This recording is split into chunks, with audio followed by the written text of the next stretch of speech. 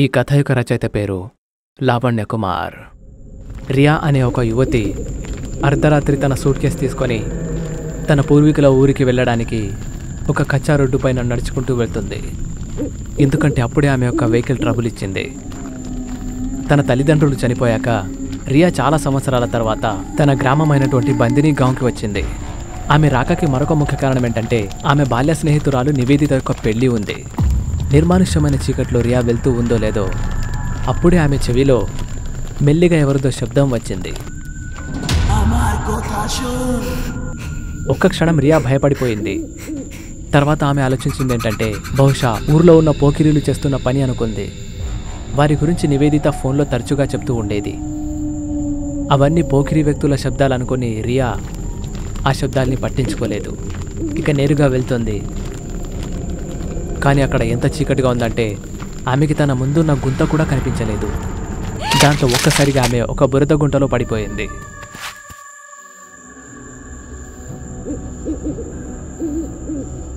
రియా తన చేతులను తుడుచుకునే సమయంలో అప్పుడే అనుకోకుండా ఒక్కసారిగా ఒక చెయ్యి ఆమె వీపుపై పడుతుంది. రియా షాక్ అయిపోయింది.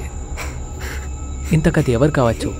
ఇంత అర్ధరాత్రి పూట ఎలాంటి శబ్దం చేయకుండా ఆమె వెనక వచ్చి నిలబడ్డారు. ఇక ఆమె తిరిగి వెనక చూస్తే అక్కడుంది ఎవరో కాదు, ఆమె బాల్య స్నేహితురాలు నివేదిత. అరే నివి, నువ్వా? కొంచెం ఉంటే నా ప్రాణం పోయేది తెలుసా? ప్రతిరోజు నువ్వు రావు కదా, ఏదో సరదా కోసం అలా చేసా. నువ్వు ఇంత రాత్రి ఏం చేస్తున్నావు? ఏం చెప్పమంటావు? ముందు నా కార్ చెరిపోయింది, తర్వాత ఈ బురదలో పడ్డాను, బాగా అలసిపోయాను. ముందు ఇంటికి తీసుకువెళ్ళు. నివేదిత రియాకి చేయించి ఆమె సూట్ కేసు తన చేతిలో తీసుకొని తన ఇంటికి తీసుకెళ్ళింది. ఇంటికి రాగానే నివేదిత ముందుగా సామానంతా ఒక దగ్గర పెట్టేసింది. మరియు రియా కోసం అన్నం వేడి చేయడానికి వంటగదిలోకి వెళ్ళింది. రియా బాత్రూంలో ఫ్రెష్ అప్ అయిపోయి బయటకు వచ్చిందో లేదో అప్పుడే గోడపైన ఒక పెద్ద తాయెత్తుని చూసి కొంచెం షాక్ అయిపోయింది. మరియు నివేదిత టేబుల్ పైన భోజనం పెడుతున్నప్పుడు ఆమెకి ఇలా అడిగింది, ఈ గోడ మీదేంటి ఇంత పెద్ద తాయెత్తు ఉంది? అది ప్రేతం నుండి కాపాడడానికి సురక్ష కవచం. అవన్నీ వదిలేసాయి.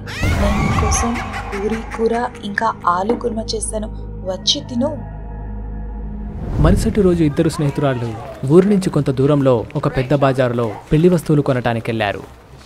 రియా మరియు నివేదిత ఉదయం నుంచి సాయంత్రం వరకు గాజులు, అలంకరణ వస్తువులు, చీరలు లాంటివి కొన్నారు. ఇక సాయంత్రం ఇద్దరు గుర్రపు బండి పైన కూర్చొని వెళ్తూ ఉండగా రియాకి ఒక చిన్నపాటి చెరువు కనిపిస్తుంది. చిన్నప్పుడు ఆమె అందులో స్నానం చేస్తూ ఆడుకుంటూ ఉండేది. నివి, ఇది ఆ చెరువే కదా? స్కూల్ అయిపోయిన తర్వాత మన ఇద్దరం 6 ఏళ్ల క్రితం ఓ ఘటన తర్వాత ఈ చెరువు శపించబడింది. కల్లో కూడా అక్కడికి వెళ్ళాలని ఆలోచించు. ఏంటి నువ్వు కూడా మూఢనమ్మకాలతో ఇలా మాట్లాడుతున్నావు? పెళ్ళైపోయిన తర్వాత మళ్ళీ ఎక్కడుంటావో రా, పదా చెరువులోకి వెళ్దాం.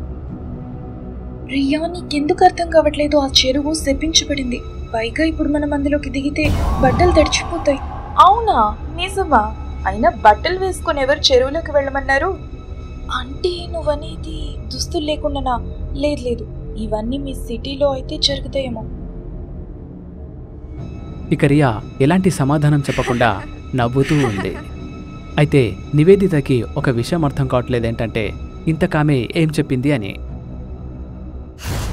కొద్దిసేపటి తర్వాత ఇద్దరు స్నేహితులు చెరువులోకి వెళ్ళి ఒకరిపై ఒకరు నీళ్లు చల్లుకుంటున్నారు మరియు మాటి మాటికి మునుగుతూ తేలుతూ ఉన్నారు. అయితే ఒక ప్రేతాత్మ నివేదితని ఆందోళనకు గురి చేసింది. ప్రస్తుతం ఆమె స్నేహితురాలితో సరదాగా గడుపుతోంది. నిజానికి రియా చెరువుకి రేపెళ్దామనుకుంది. కానీ బాగా అలసిపోవడంతో ఆమె తినగానే పడకేసుకుంది. కానీ రియా ఇంటి నుంచి అన్ని సిద్ధం చేసుకుని వచ్చింది. దానికోసం ఆమె తనతో పాటు 2 జతల బట్టలు ఎక్కువగా తీసుకుంది మరియు గుర్రపు బండి అతన్ని తన సామానన్నింటినీ ఇంటికి వదిలేయమని చెప్పింది. నివేదిత మరియు రియా ఇద్దరు చెరువులో సేద తీరుతూ ఉన్నారు. కానీ అప్పుడే అనుకోకుండా ఒక చెట్టు యొక్క శబ్దం రావడంతో వారి దృష్టి మరలింది. వారు గెట్టు వైపుకు చూస్తే బట్టలు పెట్టిన వారి యొక్క సంచి అక్కడి నుంచి అదృశ్యమైపోయింది. ఇది చూశాక నివేదిత లోపల భయం మొదలైంది. అప్పుడు ఆమె భావోద్వేగానికి లోనై రియాతో ఇలా అంటుంది, అందుకే నేను చెప్పాను ముందే ఇక్కడికి రాకూడదని. ఇప్పుడు కనుక బట్టలు మాయమైపోయినాయి అంటేనా? అసలే నాకు త్వరలో పెళ్లి కూడా ఉంది. అరే నివి, ఎందుకు ఇలా మాట్లాడుతున్నావు? ఇదెవరో ఆకతాయిల పని. నిన్న రాత్రి నుంచి వాళ్ళు ఇబ్బంది పెడుతున్నారు. నువ్వు ఆగు, నేను ఇప్పుడే వెళ్ళి బట్టలు తీసుకొని వస్తాను. ఇలా చెప్పి రియా చెరువులో నుంచి బయటకు వస్తుంది మరియు మెల్లిమెల్లిగా నివేదిత నుండి దూరంగా వెళ్ళిపోయింది. రియా ఏది అంచనా వేయకుండా కేవలం ముందుకు సాగుతూనే ఉంది. కొంచెం సేపు నడిచాక ఆమెకు ఒక ఇల్లు కనిపిస్తుంది. ఆ ఇంటి ద్వారంపై ఒక తెల్లటి చున్నీ ఉంది. కానీ గమనించాల్సిన విషయం ఏంటంటే ఆ చున్నీ ఒక ఉరితాడులా కట్టేయబడి ఉంది మరియు దానిపైన రక్తపు మరకలు కూడా ఉన్నాయి. అంతకు మించి ఆమె ఏదైనా చూడ్డానికి మరియు ఆలోచించడానికంటే ముందే ఆమెకి చెరువు వైపు నుండి నివేదిత యొక్క కేకల శబ్దం వినిపిస్తుంది. ఆమె ఏమీ ఆలోచించకుండా ఆ చున్నీ తీసుకొని చెరువు వైపుకు పరుగులు పెడుతూ ఉంది. చెరువు దగ్గరికి చేరుకొని రియా చూసేసరికంటే నివేదిత నీటి మధ్యలోకి వెళ్ళి కొట్టుకుంటుంది. ఇక రియా ముందు వెనక ఆలోచించకుండా చెరువులోకి దూకింది. తర్వాత ఆమెను గెట్టుపైకి తీసుకొచ్చింది. గెట్టుపైకి రాగానే నివేదిత నీళ్లు లేక చేప కొట్టుకున్నట్టుగా కొట్టుకుంటుంది.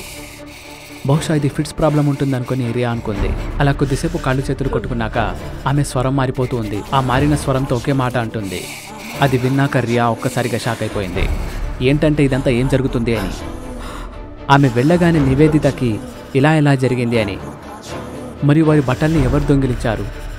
ఆమె ఏదో ఒక విధంగా ధైర్యం చేసి ఆ తెల్లటి చున్నీని నివేదితపై కప్పి ఆమెనింటికి తీసుకెళ్ళింది.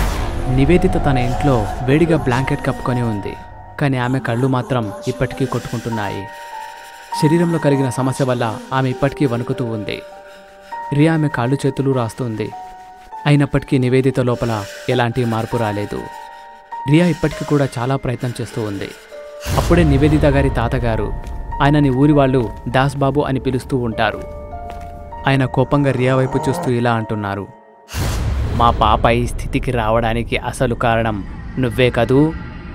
కేవలం నీ కారణంగానే ఆ ప్రేతాత్మ మా పాప యొక్క శరీరాన్ని ఆత్మని ఆవహించుకుంది. ఇప్పుడు దాన్ని వేరు చేయాల్సి ఉంటుంది. మీరేం చెప్తున్నారు? ఈ ప్రేతం ఎవరు? అసలు ఈ నివేదిత ఇంకా ఈ ఊర్లో వాళ్ళు ఎందుకు ఇంత భయపడుతున్నారు తన గురించి? సరిగ్గా 6 ఏళ్ల క్రితం బర్ఖా యొక్క పెళ్లి శోభిత్తో అయింది. బర్ఖా ఒక శుభప్రదమైన అమ్మాయి కాబట్టి వివాహం చేసేసరికంటే ఆ అమ్మాయి యొక్క వయసు 32 సంవత్సరాలైంది. బర్ఖా యొక్క తండ్రి ఆమె పెళ్లిలో ఎలాంటి లోటు రాకుండా చూశాడు. ఆమెకి సరిపడా బంగారం వేశాడు. కానీ శోభిత్ ఒక పోరంబోకు వెధవ పోకిరి మగ వ్యభిచారిలా ఉండేవాడు. పెళ్ళై 2 సంవత్సరాలైనప్పటికీ అతను బర్ఖాను ఏనాడు ముట్టుకోలేదు. బర్ఖా తన భర్తకి అర్థమయ్యేలా చెప్పడానికి ఆయన్ని మార్చుకోవడానికి ప్రతి ప్రయత్నం చేసింది. కానీ ఆ రాక్షసుడి మనసు ఎప్పుడూ కరగలేదు.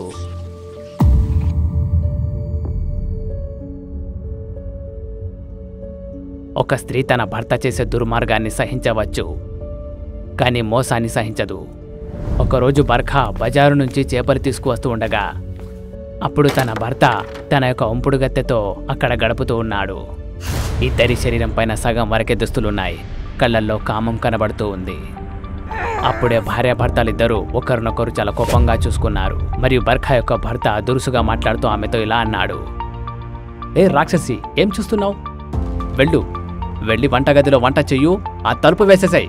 నా కళ్ళ ముందే నా ఇంట్లోనే నా మంచంపై ఒక వేశ్యతో ఇలా పడుకోవడానికి సిగ్గనిపించట్లేదా? నీ భార్యని నేను, నాతోనే ఇలా మాట్లాడతారా? మన పెళ్ళా? అది పెళ్లి కాదు, అంగీకారం ఉండే. ఆయన ఒక మగవాడి అవసరం నీకెలా తెలుస్తుంది? చెప్పు. నాకు నీలాంటి స్త్రీ కాదు. ఇలాంటి అందమైన స్త్రీలే నాలాంటి మగాడికి సుఖాన్ని ఇస్తారు. ఇలా చెప్పి బర్ఖా యొక్క భర్త తనని గదిలో నుంచి బయటకు తోసేశాడు. బర్ఖా యొక్క సంసారం చెడిపోయింది. ఇక ఆమె ఇంట్లో ఉండటానికి ఎలాంటి కారణమూ లేదు. మరుసటి రోజు శోభిత్ తాగిన మత్తులో తన ఇంటికి వచ్చేసరికంటే అప్పటికే బర్ఖా తన చున్నీతో ఉరివేసుకొని చనిపోయి ఉంది. బర్ఖా యొక్క చేతిలో నుండి రక్తం కారుతూ ఉంది. దాంతో ఏం తెలుస్తుందంటే ఆమె నరం కోసుకోవడానికి కూడా ప్రయత్నించింది అని. బర్ఖా చనిపోయిన 2 రోజుల తర్వాత ఆమె భర్త కూడా అదే చెరువులో పడి చనిపోయాడు. ఒకప్పుడు నివేదిత, రియా అదే చెరువులో స్నానం చేశారు. తాతగారు, తప్పు నా వల్లే జరిగింది కాబట్టి నేనే సరిచేస్తాను.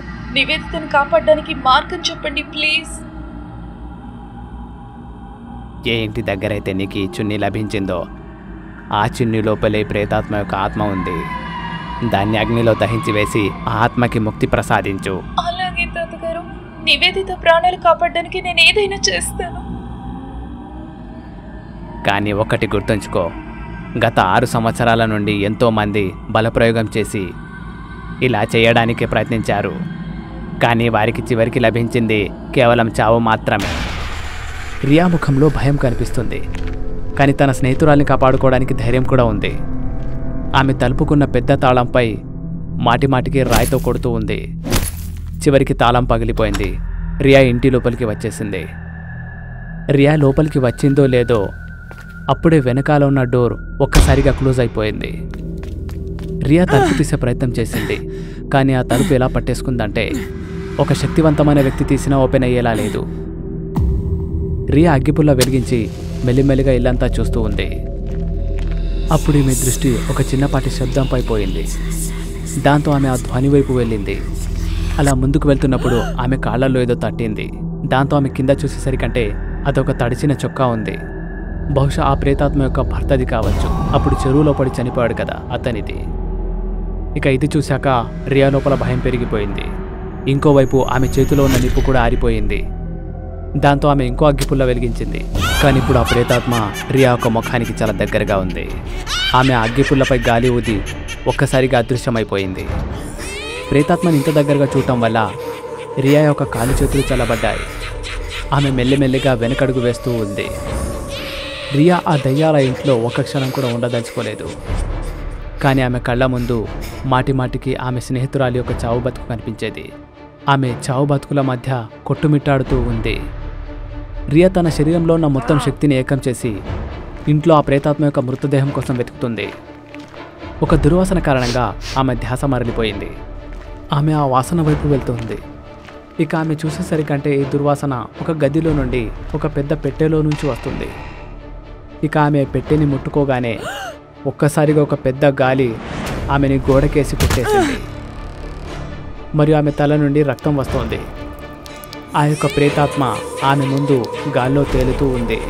మరియు ఆమె ఇలా అడిగింది, నువ్వు కూడా మిగతా వాళ్ళలాగే వెళ్ళిపోయావు కదా, ఎవరు నా కథ వినరు. భర్త, ఇదే కదా నీ పేరు? నాకు తెలుసు నీ విషయంలో చాలా తప్పు జరిగిందని, కానీ నా ఫ్రెండ్ నివేదిత తప్పు ఇందులో ఏమీ లేదు. ఇన్నేళ్లలో మొదటిసారిగా నన్ను ప్రేతమని కాకుండా పేరు పెట్టి పిలిచే వాళ్ళు వచ్చారు. భర్త, కొన్ని గంటలకు ముందు కూడా నువ్వున్నావనే విషయంలో కూడా నేను అనుమానపడ్డాను. కానీ దయచేసి నీకు చేతులు జోడించి దండం పెడతాను, నా స్నేహితురాల్ని కాపాడు. త్వరలోనే తన పెళ్లి. అలాంటిది నేను చేసిన తప్పుకి తను శిక్ష అనుభవించడం చూడలేకపోతున్నాను. రియా చెప్పిన ఈ మాటలు విని ఆ ప్రేతాత్మ మనసు కరిగిపోయింది. వైవాహిక జీవితాన్ని ఆమెలాగా ఎవరూ నష్టపోకూడదని ఆమె ఎప్పుడూ తన మనసులో అనుకుంటూ ఉండేది. ఆమె రియా పైన తన చేయి నెమిరింది. తర్వాత అదృశ్యమైపోయింది. ఇక రియా కూడా ఆలస్యం చేయకుండా ఆ పెట్టెని తెరిచింది. మరియు ఆ చున్నికి నిప్పంటించేసి దాన్ని ఆ పెట్టెలో ఉన్న శవంపై పడేసింది. చున్నీతో పాటు ఆ అస్థిపంజరం కూడా కాలిబూడిదైపోయింది. చివరిగా బర్ఖాతో పాటుగా ఆ గ్రామం మొత్తానికి ఆ ప్రేతాత్మ నుండి విముక్తి లభించింది. ఇలాంటి భయంకరమైన కథలు మరిన్ని చూడాలనుకుంటే డూడు టీవీ తెలుగుకు సబ్స్క్రైబ్ చేసుకోండి. ఒకవేళ మీ దగ్గర ఇలా భయపెట్టించే కథ గనక ఉంటే ఇప్పుడే ఆ కథను మా మెయిల్ అడ్రస్కు పంపించండి. ఒకవేళ పంపితే